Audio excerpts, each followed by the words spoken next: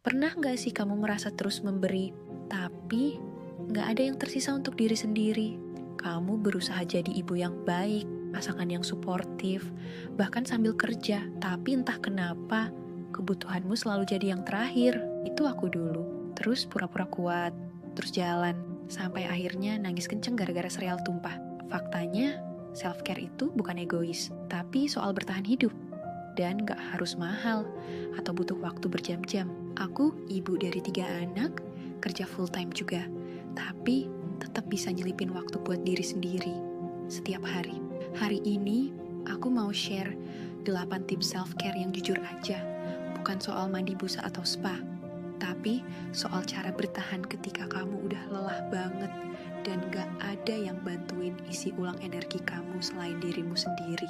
Kalau kamu capek, merasa nggak kelihatan, dan terus merasa kurang, tonton sampai habis. Video ini bisa jadi titik balik buat kamu.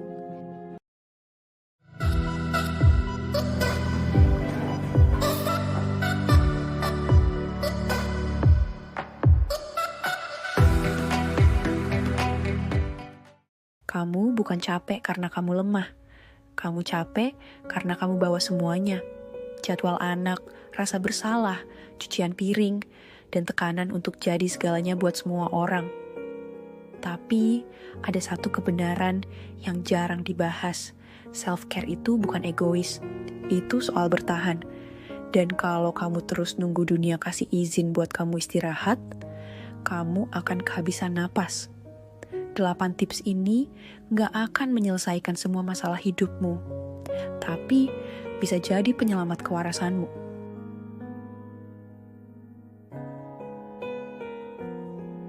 1. Emotional self-care. Akui perasaanmu. Kenapa ini penting? Sebagai ibu, kita sering menahan emosi demi anak, pasangan, atau kerjaan.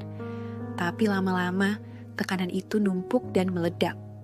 Mengakui emosi bukan berarti lemah, tapi tanda kamu hadir untuk diri sendiri. Yang bisa kamu lakukan, luangkan 5 menit tiap hari untuk journaling. Tulis perasaanmu, entah itu rasa syukur, capek, atau kesal. Gak harus indah, yang penting kamu punya ruang untuk jujur pada diri sendiri. 2. Physical self-care, gerakan tubuhmu. Kenapa ini penting? Tubuh kita juga butuh perhatian. Bergerak sedikit aja bisa bantu kurangi stres, tambah energi, dan bikin mood lebih stabil. Yang bisa kamu lakukan, gak usah olahraga berat. Jalan kaki sebentar habis antar anak, stretching 10 menit pagi hari, atau joget sambil masak pun cukup. Yang penting bergerak. 3. Mental self-care, latihan mindfulness. Kenapa ini penting?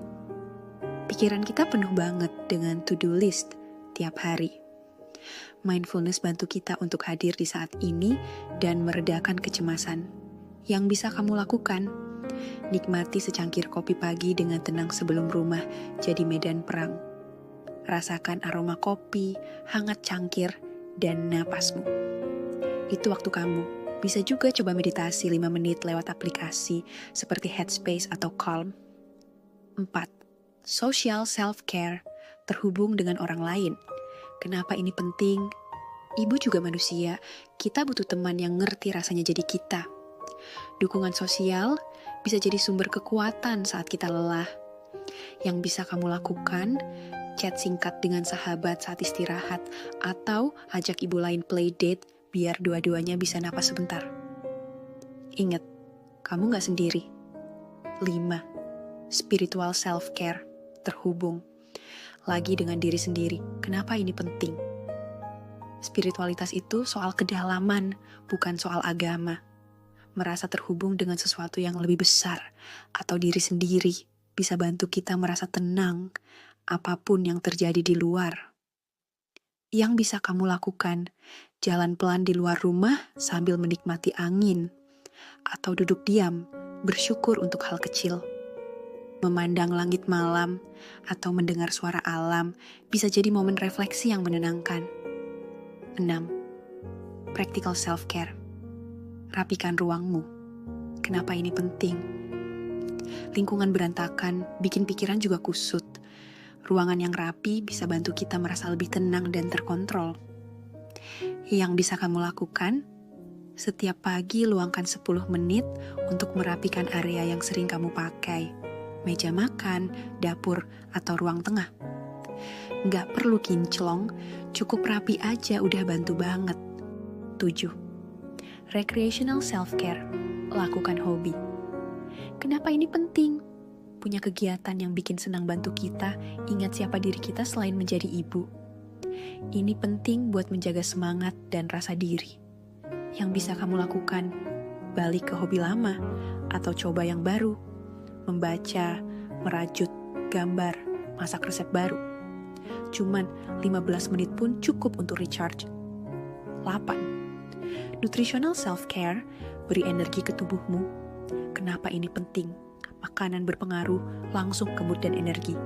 Jangan tunggu lapar banget baru makan. Kamu juga butuh tenaga buat ngurus semuanya. Yang bisa kamu lakukan, mulai dari sarapan sehat buat diri sendiri dulu sebelum anak-anak. Bikin overnight oats, smoothie, atau buah potong. Jangan lupa bawa camilan sehat saat antar jemput anak. Faktanya, gak akan ada yang datang menyelamatkan kamu. Gak ada yang bakal bilang, sekarang giliran kamu, moms. Kamu sendiri yang harus ambil giliran itu. Di tengah kekacauan ini, kamu harus menyempatkan waktu buat dirimu sendiri. Bukan karena itu gampang, tapi karena kalau enggak, kamu akan hilang. Ini bukan soal jadi sempurna, tapi soal jangan sampai kamu mengabaikan dirimu sendiri demi jadi ibu yang ideal. Karena anak-anakmu gak butuh ibu yang lelah dan hampa. Mereka butuh ibu yang hidup, yang hadir, yang utuh. Dan itu dimulai saat kamu berani bilang, aku juga penting.